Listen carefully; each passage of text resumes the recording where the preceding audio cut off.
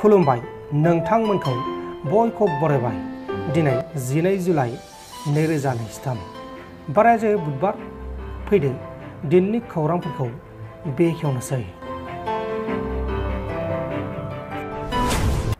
गह'पुराव साहा बागानाव खामानि मावग्रा सासे मावथिआ फेक्टरि सिङाव खामानिखौ मावबाय थानाय समाव हरखाब मिसनि फांखायाव हाइ स्पिडआव हाबलांनानै जायगायावनो जिउ गोमादों। थैनाय मावथिनि मुङा जाबाय सुकमान मुन्डा आरो बे जाथायाव बिनि मोदोमा थुख्रा थुख्रा जादों। दरं जिल्लानि सिङाव थानाय खारुपेटिया ओनसोलनि श्री दिगम्बर जैन मन्दिरनि सिङाव मैया फुंनि खोमसि खोमसिनि समाव सानै दुथां सिखावफोरा मन्दिर सिङाव हाबलांनानै मन्दिरनि मुसुखा आरो डनेशन बक्सनि 12,000 रांखौ लाना खारलांदों आरो बेफोर गासैबो जाथाया CCTV केमेरायाव रेकर्ड जाजोबदों। दा बे जाथायनि सायाव आसाम पुलिसा गावसोरनि खामानिखौ मावगासिनो दङ। आलफा उदां उदखारि आफादा चराइदेव जिल्लानि सिङाव थानाय सनारियाव साहा बागानाव 12 लाख रांखौ दाबि खालामनानै गांसे लाइजामबो दैथायहरनाय जादों। आलफा उदां उदखारि आफादनि दैदेनगिरि नयन असमआ सिगनेचार खालामनानै साहा बागाननि मेनेजारनियाव वाट्सएपनि गेजेरजों लाइजामखौ हरनाय जादों। दा बे जाथायनि सायाव आसाम पुलिसा गावसोरनि खामानिखौ मावगासिनो दङ आरो बे जाथायाव लोब्बा थानाय दायनिगिरिफोरखौ नागिरगासिनो दंबो मिथिनो मोननाय जादों। मुम्बाइनि गरेगाव ओनसोलाव सासे 24 बोसोर बैसोनि दुथां अट' ड्राइभारआ सासे आइजोखौ जिनाहारि खालामनायनि जाहोनाव पुलिसजों एरेस्ट खालामजादों। हमजानाय दायनिगिरि दुथांनि मुङा जाबाय इन्द्रजित सिंह आरो बियो जाथायखौ खालामखांनानै अदेबानि आइजोखौ जिनाहारि खालामखांनायनि उनाव उत्तर प्रदेश रायजोआव खारखोमनानै दंमोन। उनाव गोलाव सम नागिरनानै मुम्बाइ पुलिसा बेखौ उत्तर प्रदेशनिफ्राय एरेस्ट खालामदों। दा बेखौ एरेस्ट खालामनानै जोबथेसालिसिम दैथायहरनाय जाबाय। बिसायख'थि आय'गनो बियाबफोरखौ लानानै मैया बर' हारिनि गोबां आफाद गौथुमफोर जेरै एबसु, बर' थुनलाइ आफाद, राजखान्थि आफादफोरा गोसोखां बिलाइखौ गथायबाय। बे गोसोखां बिलाइखौ गथायनायनि सायाव दिपेन बर' बिथाङा मा बुंखो बेखौ खोनासंदो।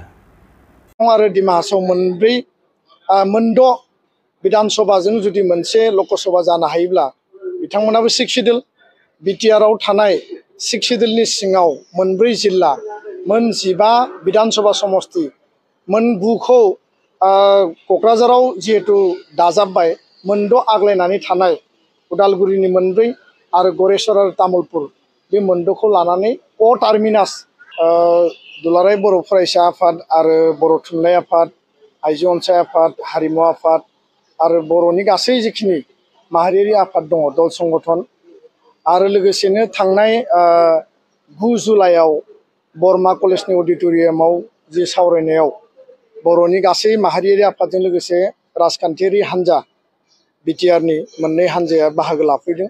प्राय 15 दल संगठननि मोनसे जइन्ट इनिसियेटिभआव भारतनि बिसायख'थि आय'गनो आसामनि चिफ इलेक्टरेल अफिसारनि गेजेरजों मेम'रेन्डाम हरनाय जाथों बे डिसिसना दाख्लैबावै एडप्ट जादोंमोन आरो बे सिद्धान्त बायदियैनो दिनै गासैबो बर'नि माहारियारि आफादफोरा ज' लोगो नांनानै प्राय बेयाव 35 मोनसे सोद्रोमानि जि मोनसे डेलिगेसन टीम जोङो Anurag Goyal IAS chief electoral officer of Assam बेखौ जोङो लोगो हमबाय आरो बिथांनि गेजेरजों इलेक्सन कमिसन अफ इन्डियानो राजीव कुमार चिफ इलेक्सन कमिसननो जोङो मेम'रेन्डामखौ गथायबाय आरो जोङो क्लियारलि मोनथाम बाथ्राखौ बेयाव स्पष्ट भाबै मेनसन खालामदों जे बिटिआरआव क'क्राझार ST समस्तिजों लोगोसे उदालगुरि 4 नम्बर लकसभा समस्ति दानांगौ आरो बे दाबिखौ लानानै जोङो मेम'रेन्डामखौ होदों।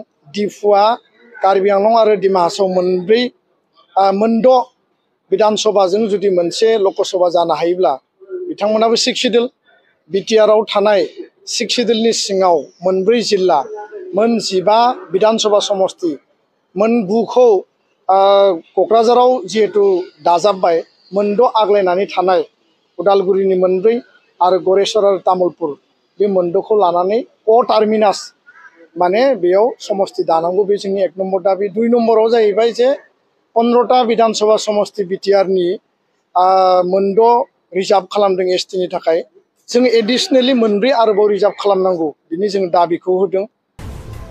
नोंथांमोन दिननि खौरांफोरा बेखिनिल'मोन। बेखिनिसिम नायनायनि थाखाय नोंथांमोननिसिम रोजा रोजा साबायखर। गोजोन्थों। एसेनोसै। जय बर' हारिनि।